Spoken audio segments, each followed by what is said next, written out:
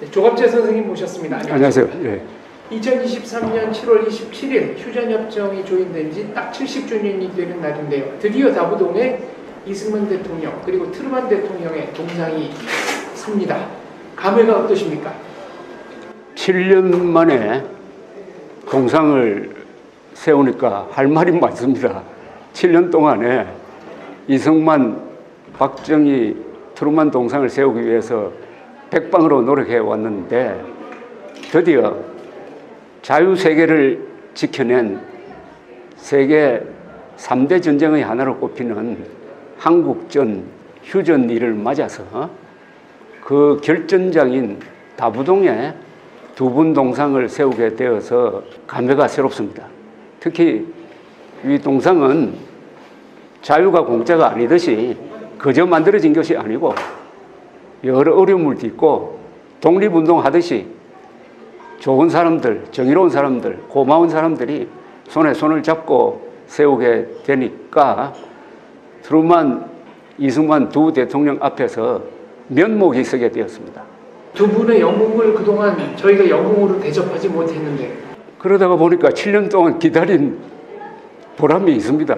오늘이 보통 날이 아니고 자유세계가 이긴 날이고 전후 70년이 시작된 날이고 그 전후 70년 동안 우리는 최악의 조건에서 최단 시간에 최소한의 희생으로 최대의 업적을 남겨서 산업화, 민주화, 복지화, 세계화를 하고 이제는 자유통일로 나아가는 바로 이날 이곳 동상을 세우니까 역사의 무게에 압도당하는 느낌입니다. 어떤 면에서는 광화문보다 이곳 다부동이 두 분의 동상을 모시는 데는 훨씬 더 뜻깊은 장소다라는 취지의 말씀하셨습니다. 어떤 뜻입니까? 여기 두 분이 오늘 선 자격은 최고사령관입니다. 한미군이 주력이 되어가지고 유엔군이 북한군의 남침을 저지하는 이 전쟁을 지휘한 두 최고사령관이 바로 한국전의 워틀루라고 볼 수 있는 다부동의 동상으로 제외했다는 점에서 저는 광화문보다 여기가 더 뜻깊을 수가 있다고 생각합니다. 그리고 두 분은 한국전 기간 중에서는 만난 적이 없어요. 1954년 8월 이승만 대통령이 미국을 방문해가지고 미주리주 인디펜던스에 은퇴 생활을 하고 있던 전 트루만 대통령을 만나고 헤어진 게 마지막이고 69년째 두 분이 여기서 동상으로 재회한 겁니다. 백선엽 장군 동상도 얼마 전에 이곳에 그렇죠. 세워졌습니다. 7월 초. 그래서 저는 트루만, 이승만 그리고 백선엽 세 분이 자유의 수호신이 되어가지고 이제 자유통일로 북한 동포 해방하고 북핵 문제 해소하고 전쟁 범죄자 단죄해가지고 자유통일로 나아가는 길에 수호신이 자유의 수호신이 되어 주실 것이라고 생각합니다. 방금 이긴 전쟁이라고 말씀하셨는데 혹자는 6.25가 무승부로 끝난 전쟁이다라는 식의 주장을 펼칩니다. 어떻게 생각하십니까? 한국에서는 아직 무승부 상태가 된 게 맞아요. 그래서 자유통일로 해가지고 최종적으로 한국전을 한반도에서 끝장내야 합니다.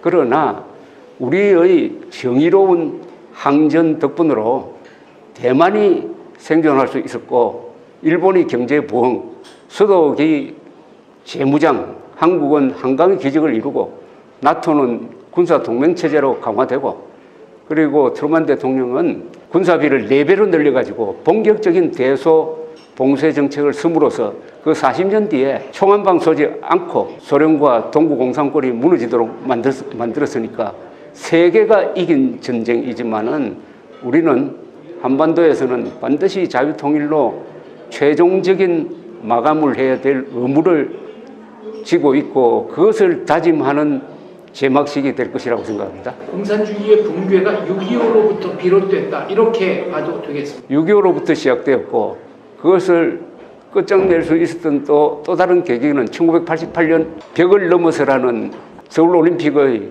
위대한 정신이 그게 촉매제를 한 거죠. 방금 7년 정도 걸렸다고 말씀하셨는데 제가 알기로도 동상을 완성해 놓고 상당히 오랜 기간 동안 창고에 뭐랄까요, 묵혀뒀다고 할까요? 창고에 두 분의 동상을 모셨던 것으로 알고 있습니다. 2017년 11월 14일 박정희 대통령 탄생 100주년을 맞아가지고 상암동에 있는 박정희 기념관에 동상을 기증을 했는데 그때 반대 세력이 준동하니까 당국이 협조를 하지 않았어요. 그래서 지금 박정희 대통령 기념관에 박정희 대통령 동상을 세우지 못하는 해군을 만들어 놓고 군함을 짓지 못하게 하는 박정희 대통령 덕분에 세계 10대 도시로 성장한 이 서울시가 박정희를 위해서 땅 한 평 내놓지 못하는 이런 배은망덕의 상황이 계속되고 있습니다. 그런 점에서 이번 이 동상 건립이 서울시에 어떤 메시지가 될 수 있을 것이라고 생각합니다. 역사의 영웅을 역사의 영웅으로 대접하지 못하고 역사의 영웅으로 평가하지 않는 사회에는 어떤 미래가 있습니까?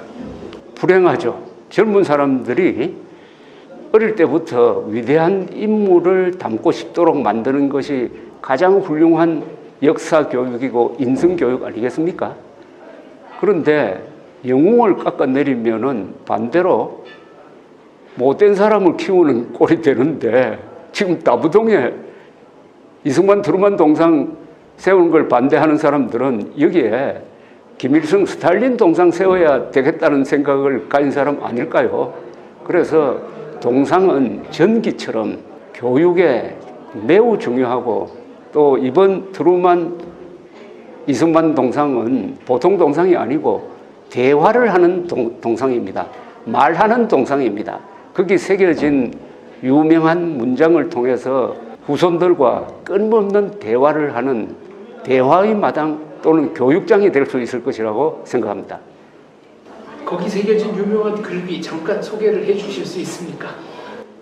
이승만 대통령이 6월 25일 무초 주한미국 대사를 불러서 한 말입니다.